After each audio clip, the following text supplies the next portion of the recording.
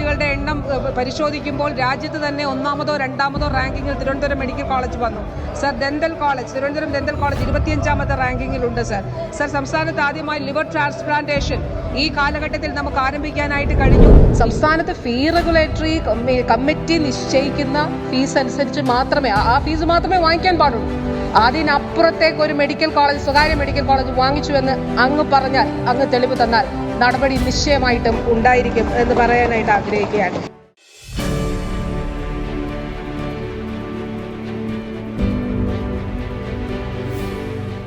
കേരളത്തിലെ ഏറ്റവും മികച്ച അടിസ്ഥാന സൗകര്യങ്ങളും ഗുണമേന്മയും ഉറപ്പുവരുത്തി ലോകോത്തര നിലവാരത്തിലുള്ള സാഹചര്യങ്ങൾ ഉണ്ടാക്കാൻ പരിശ്രമിക്കുകയാണ്. ഒന്നാമത് മുൻഗണന ഉന്നത വിദ്യാഭ്യാസ മേഖലയ്ക്കാണ് സർക്കാർ നൽകിയിട്ടുള്ളത്. ഈ സർക്കാരിൻ്റെ കാലത്ത് ഓട്ടിസം, സെറിബ്രൽ പാൾസി തുടങ്ങിയ ഭിന്നശേഷി വിഭാഗങ്ങളിൽ നിന്നുള്ള വിദ്യാർത്ഥികൾക്ക് അവർ താൽപ്പര്യപ്പെടുന്ന കോളേജുകളിൽ സൂപ്പർ ന്യൂമററി സീറ്റുകൾ സൃഷ്ടിച്ചു നൽകാനാണ് ഉത്തരവായിട്ടുള്ളത്.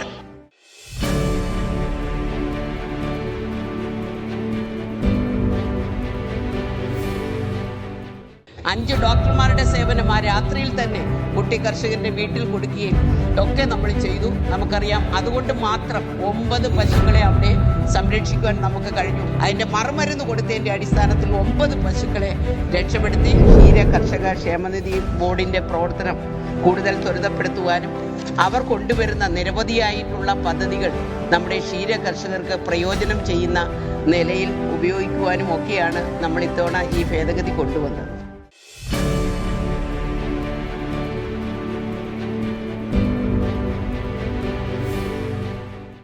സർ, സംസ്ഥാനങ്ങൾക്ക് കടമെടുക്കേണ്ട ആവശ്യം വരില്ലായിരുന്നു.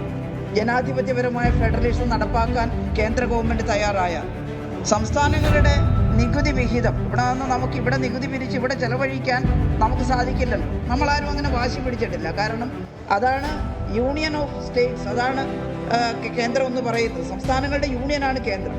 സംസ്ഥാനങ്ങളിൽ നിന്നുള്ള വലിയ ശതമാനം നികുതിയും കേന്ദ്രത്തിലേക്കാണ് പോകുന്നത്. റൺവേ എക്സ്റ്റൻഷന് വേണ്ടി ഭൂമി ഏറ്റെടുക്കാൻ തീരുമാനിച്ചു. അതിൻ്റെ നോട്ടിഫിക്കേഷനൊക്കെ ആയി. 5-8 വർഷമായിട്ട് നാട്ടുകാരുടെ ഈ വസ്തുവിൻ്റെ ആധാരം, അതിൻ്റെ പ്രോപ്പർട്ടിയൊക്കെ ഗവൺമെൻറ് നിക്ഷിപ്തമായിരിക്കുകയാണ്.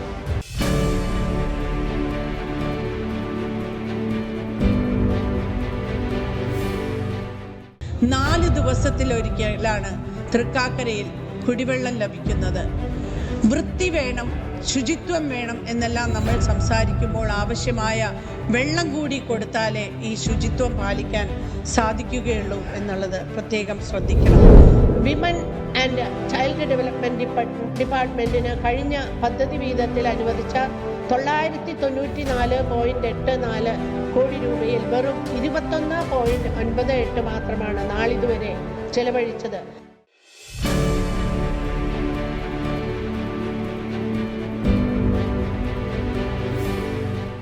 കേന്ദ്ര ഗവൺമെന്റിന്റെ തെറ്റായ സാമ്പത്തിക നയത്തിനെതിരെ പ്രതികരിച്ചുകൊണ്ട് നമ്മുടെ കേരളത്തിലെ മുഖ്യമന്ത്രിയും മന്ത്രിമാരും ശക്തമായ സമരവുമായിട്ടാണ് ഡൽഹിയിലെ അതിശൈത്യത്തെ പോലും വെല്ലുവിളിച്ചുകൊണ്ട് അറബിക്കടലിൽ ആർത്തിരമ്പുന്ന തിരമാല കണക്കെ ഈ കേരളത്തിലെ മന്ത്രിമാർ, മുഖ്യമന്ത്രി, ജനപ്രതിനിധികൾ അതിശക്തമായ സമരമുഖം തീർത്ത അനുഭവം നമ്മുടെ മുമ്പിലുണ്ടായി. ഇവിടെ സ്റ്റാർട്ടപ്പ് മിഷൻ, അതുപോലെ തന്നെ പുതിയ കാലഘട്ടത്തിന്റെ ആവശ്യങ്ങൾ അഡ്രസ് ചെയ്യപ്പെടുന്നതിന് വേണ്ടിയിട്ടുള്ള ഉന്നതി, ട്രേസ് തുടങ്ങിയിട്ടുള്ള പദ്ധതികൾ നമ്മുടെ വകുപ്പ് നടപ്പിലാക്കി മുന്നോട്ട് പോകുന്നത്.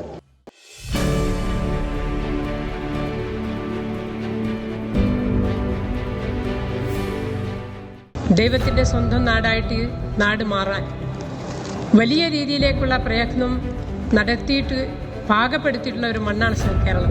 തുടക്കത്തിൽ ഈ സർക്കാരിന്റെ തുടക്കത്തിൽ ഈ പ്രതിപക്ഷം എന്തായിരുന്നു സർ പറഞ്ഞിട്ടുള്ളത്? ഞങ്ങൾ ഇനി മുതൽ ഇത്രയും കാലമുള്ളതുപോലെയല്ല, കഴിഞ്ഞ 5 വർഷം പോലെ അല്ല എന്നുള്ളതായിരുന്നു സർ ഇവർ പറഞ്ഞിട്ടുള്ളത്.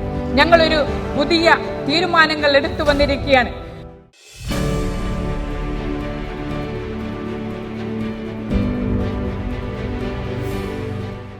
തന്ത്രപ്രധാനമായ മേഖലകളിലെല്ലാം സ്വകാര്യ മൂലധനമാണ് എന്നതാണ് ഈ ബജറ്റിന്റെ ഉള്ളടക്കം.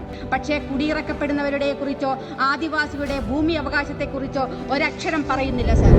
50 വർഷക്കാലത്തോളമായി കോഴിക്കോട്, കൊയിലാണ്ടി, വടകര താലൂക്കുകളിലെ 15,000-ഓളം ഹെക്ടർ ഭൂമിയിലെ ജലസേചനം നടത്തുന്ന പദ്ധതിയുടെ ഭാഗമായുള്ള കനാലുകളാണ് എൻ്റെ മണ്ഡലത്തിലൂടെ കടന്നു പോകുന്നത്. ഇതിൽ ഏറ്റവും പ്രധാനം വളരെ പഴക്കം ചെന്ന അഴിയൂർ ബ്രാഞ്ച് കനാൽ ഉൾപ്പെടെ ഇതിനകത്ത് ഉണ്ട് എന്നതാണ്.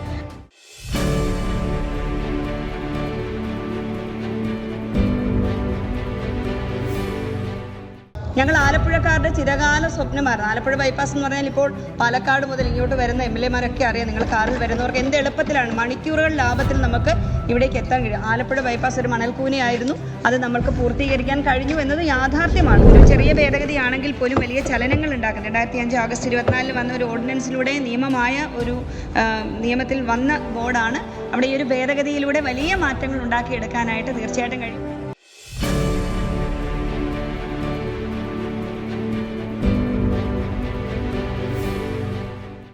സ്ത്രീകൾ നയിക്കുന്ന കുടുംബാംഗങ്ങൾ കേരളത്തിൽ 22%, രാജ്യത്ത് 11%. 2020 കണക്കനുസരിച്ച് 10-നും 49-നും ഇടയിൽ പ്രായമുള്ള സ്ത്രീകളുടെ സാക്ഷരത കേരളത്തിൽ 98.3-ഉം രാജ്യത്ത് 71.5-ഉമാണ് സർ. സ്ഥിരം വേതനമുള്ള സ്ത്രീകൾ രാജ്യത്ത് 22.6%-എങ്കിൽ കേരളത്തിലേത് 44.3%-മാണ്. കൗമാരക്കാരിലെ ഗർഭധാരണ നിരക്ക് രാജ്യത്ത് 6.5%-എങ്കിൽ കേരളത്തിൽ 2.4 മാത്രമാണ്. സ്ത്രീകളുടെയും കുട്ടികളുടെയും ആശുപത്രി അടിയന്തരമായി പൂർണ്ണമായ രീതിയിൽ പ്രവർത്തനം ആരംഭിക്കേണ്ടതുണ്ട്. കോടികൾ ചെലവഴിച്ച് നിർമ്മിച്ച ഈ ആശുപത്രിയിൽ ആവശ്യമായ മുഴുവൻ ജീവനക്കാരെയും നിയമിച്ച് പൂർണ്ണമായും പ്രവർത്തനക്ഷമമാക്കുവാൻ വേണ്ട നടപടി സ്വീകരിക്കണമെന്ന് ഈ സബ്മിഷനിലൂടെ വിനീതമായി അഭ്യർത്ഥിക്കുന്നു.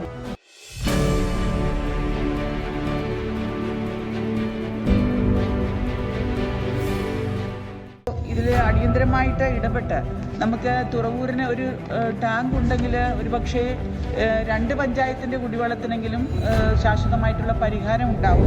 താഴ്ന്ന പ്രദേശത്ത് അവർ മണൽ വാരി അവരുടെ പ്രദേശങ്ങളിൽ മണ്ണിട്ട് ഉയർത്തുന്ന രീതികളും അവിടെ കാർഷികേതര ആവശ്യങ്ങൾക്കും ഇത് ഉപയോഗിച്ചിരുന്നു.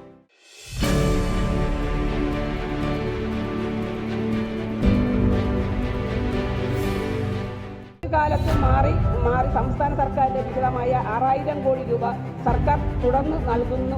സംസ്ഥാനത്ത് കഴക്കൂട്ട മുതൽ കാസർഗോഡ് വരെയുള്ള ദേശീയപാത വികസനം അനുദിനം പുരോഗമിച്ചുകൊണ്ടിരിക്കുന്ന കാഴ്ചയാണ് നമ്മൾ കണ്ടുവരുന്നത്. വിഴിഞ്ഞം അന്താരാഷ്ട്ര തുറമുഖം യാഥാർത്ഥ്യമാകുമ്പോൾ ഉണ്ടാകുന്ന തൊഴിൽ സാധ്യതകൾ പരിഗണിച്ച് തുറമുഖത്തിനോടനുബന്ധമായ തൊഴിൽ നൈപുണ്യ കോഴ്സുകൾ ITIകളിൽ ആരംഭിക്കുന്നതിനുള്ള നടപടികൾ സ്വീകരിക്കുമോ?